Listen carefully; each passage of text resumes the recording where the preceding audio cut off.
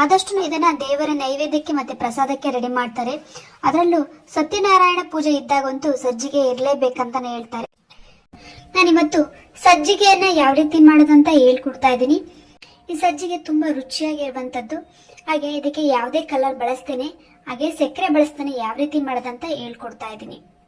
ಮೊದಲನೇದಾಗಿ ನಾನಿಲ್ಲಿ 1/4 kg ಬೆಲ್ಲವನ್ನ ತಗೊಂಡಿದ್ದೀನಿ. ಅದಕ್ಕೆ 3 ಕಪ್ಪಿನಷ್ಟು ನೀರನ್ನ ಹಾಕೊಳ್ತಾ ಇದ್ದೀನಿ. ನೋಡಿ, ನಾನು 1 ಕಪ್ ರವೆ ತಗೊಂಡಿದ್ದೀನಿ, ಹಾಗಾಗಿ ಇಲ್ಲಿ 3 ಕಪ್ಪಿನಷ್ಟು ನೀರನ್ನ ತಗೊಳ್ಬೇಕು. ಇದನ್ನ ಇವಾಗ ಪಾಕವನ್ನ ಕಾಯಿಸ್ಕೊಳ್ಳೋಣ. ನೋಡಿ, ಈಗ ಪಾಕ ಚೆನ್ನಾಗಿ ಕಾಯ್ತಾ ಇದೆ. ಈಗ ಬೆಲ್ಲ ಎಲ್ಲ ಕರಗಿದೆ, ಪಾಕ ರೆಡಿ ಆಗಿದೆ. ಈಗ ಒಂದು ಪಾತ್ರೆಯನ್ನ ಇಟ್ಕೊಂಡ್ಬಿಟ್ಟು ಆ ಪಾತ್ರೆ ಕಾಯ್ದ ಮೇಲೆ ಅದಕ್ಕೆ ಎಣ್ಣೆಯನ್ನ ಹಾಕೊಳ್ಬೇಕು. ಎಣ್ಣೆ ಸ್ವಲ್ಪ ಜಾಸ್ತಿನೇ ಹಾಕೊಳ್ಳಿ, ಆಗ ನಿಮ್ಗೆ ಸಜ್ಜಿಗೆ ತುಂಬಾನೇ ಚೆನ್ನಾಗಿ ಬರುತ್ತೆ. ಎಣ್ಣೆ ಕಾಯ್ದ ಮೇಲೆ ಅದಕ್ಕೆ ದ್ರಾಕ್ಷಿ ಮತ್ತು ಗೋಡಂಬಿಯನ್ನ ಹಾಕೊಳ್ಬೇಕು. ಅದನ್ನ ಸ್ವಲ್ಪ ಫ್ರೈ ಮಾಡ್ಕೊಳ್ಬೇಕು. ನೋಡಿ, ಈಗ ಫ್ರೈ ಆಗಿದೆ. ಇದಕ್ಕೆ ನಾನು 1 ಕಪ್ಪಿನಷ್ಟು ರವೆಯನ್ನ ಹಾಕೊಳ್ತಾ ಇದ್ದೀನಿ. ಸೂಜಿ ರವೆ, ಸಣ್ಣ ರವೆ. ಇದನ್ನ ಹಾಕೋಬಿಟ್ಟು ನೀವು ಚೆನ್ನಾಗಿ ಫ್ರೈ ಮಾಡ್ಕೊಳ್ಬೇಕು. ನೀವು ಸಜ್ಜಿಗೆ ಮಾಡ್ಬೇಕಿದ್ರೆ ರವೆನ ಎಷ್ಟು ಚೆನ್ನಾಗಿ ಫ್ರೈ ಮಾಡ್ತಿರೋ ಅಷ್ಟು ಚೆನ್ನಾಗಿ ನಿಮ್ಗೆ ಸಜ್ಜಿಗೆ ತುಂಬಾನೇ ಚೆನ್ನಾಗಿ ಬರುತ್ತೆ. ನೋಡಿ, ಈಗ ನಾನಿಲ್ಲಿ ಚೆನ್ನಾಗಿ ಫ್ರೈ ಮಾಡ್ತಾ ಇದ್ದೀನಿ. ಎಣ್ಣೆಲೆ ನೀವು ಚೆನ್ನಾಗಿ ಫ್ರೈ ಮಾಡ್ಕೊಳ್ಬೇಕು.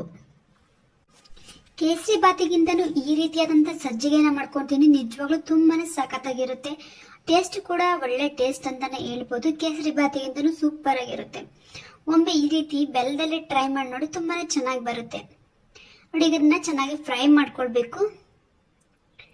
ನೋಡಿ, ಚೆನ್ನಾಗಿ ಫ್ರೈ ಆಗಿದೆ. ಈಗ ನಾನು ಪಾಕವನ್ನ ಹಾಕೊಳ್ತಾ ಇದ್ದೀನಿ.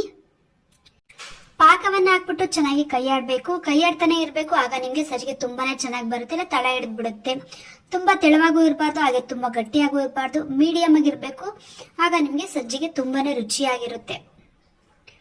ಅದರಲ್ಲೂ ಬೆಲ್ಲದ ಸಜ್ಜಿಗೆ ಅಂದ್ರೆ ತುಂಬಾನೇ ಟೇಸ್ಟಿ ಆಗಿರುತ್ತೆ. ನೋಡಿ, ಈಗ ನಾನು ಚೆನ್ನಾಗಿ ಕೈ ಆಡ್ತಾನೆ ಇದ್ದೀನಿ. ಮನೆಯಲ್ಲಿ ಏನಾದ್ರೂ ಹಬ್ಬ ಇದ್ದಾಗ ಅಥವಾ ಫಂಕ್ಷನ್ ಇದ್ದಾಗ, ಯಾರಾದ್ರೂ ಸಂಬಂಧಿಕರು ಮನೆಗೆ ಬಂದಾಗ ಒಮ್ಮೆ ಈ ರೀತಿ ಸಜ್ಜಿಗೆನ ಟ್ರೈ ಮಾಡಿ, ತುಂಬಾನೇ ಚೆನ್ನಾಗಿ ಬರುತ್ತೆ. ಮನೆಯಲ್ಲಿರುವಂತಹ ಐಟಮ್ ಅಲ್ಲೇ ನಾವು ಸಜ್ಜಿಗೆನ ರೆಡಿ ಮಾಡ್ಕೊಳ್ಬಹುದು.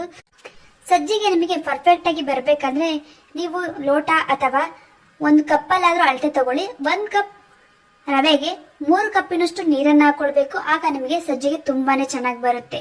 ನಾನಿಲ್ಲಿ 1/4 kg ರವೆಗೆ 1/4 kg ಅಷ್ಟೇ ಬೆಲ್ಲವನ್ನ ಬಳಸಿದೀನಿ.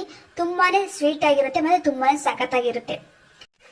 ಆದಷ್ಟು ಇದನ್ನ ದೇವರ ನೈವೇದ್ಯಕ್ಕೆ ಮತ್ತೆ ಪ್ರಸಾದಕ್ಕೆ ರೆಡಿ ಮಾಡ್ತಾರೆ. ಅದರಲ್ಲೂ ಸತ್ಯನಾರಾಯಣ ಪೂಜೆ ಇದ್ದಾಗಂತೂ ಸಜ್ಜಿಗೆ ಇರಲೇಬೇಕಂತಾನೆ ಹೇಳ್ತಾರೆ. ನಮಗೀಗ ಆರೋಗ್ಯಕರವಾದಂತ ಸಜ್ಜಿಗೆ ರೆಡಿಯಾಗಿದೆ. ನೋಡಿ, ಈ ರೀತಿ ಇದ್ದಾಗಲೇ ನೀವು ಗ್ಯಾಸ್ನ ಆಫ್ ಮಾಡ್ಕೊಳ್ಬೇಕು.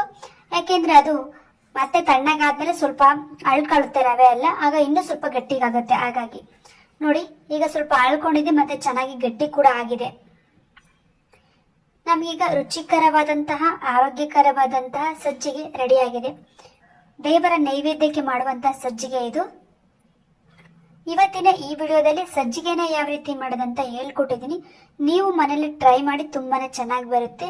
ಮಕ್ಕಳಿಗೆ, ದೊಡ್ಡವರಿಗೆ, ಪ್ರತಿಯೊಬ್ಬರು ಕೂಡ ಇಷ್ಟ ಆಗುತ್ತೆ. ಕೆಲವರೆಲ್ಲ ಸಕ್ಕರೆ ಐಟಮ್ ತಿನ್ನಲ್ಲ, ಅಂತವರಿಗೆ ಈ ರೀತಿಯಾದಂತಹ ಬೆಲ್ಲದಲ್ಲಿ ಸಜ್ಜಿಗೆಯನ್ನ ಮಾಡಿಕೊಡಿ, ತುಂಬಾನೇ ಇಷ್ಟಪಟ್ಟು ತಿಂತಾರೆ. ಇವತ್ತಿನ ಈ ವಿಡಿಯೋ ನಿಮ್ಗೆ ಇಷ್ಟ ಆಗಿದ್ರೆ ಲೈಕ್ ಮಾಡಿ, ಶೇರ್ ಮಾಡಿ, ಸಬ್ಸ್ಕ್ರೈಬ್ ಆಗಿ ನಮ್ಮ ಎಲ್ಲಾ ವಿಡಿಯೋಗಳನ್ನು ನೋಡ್ತಾ ಇರಿ. ಧನ್ಯವಾದಗಳು.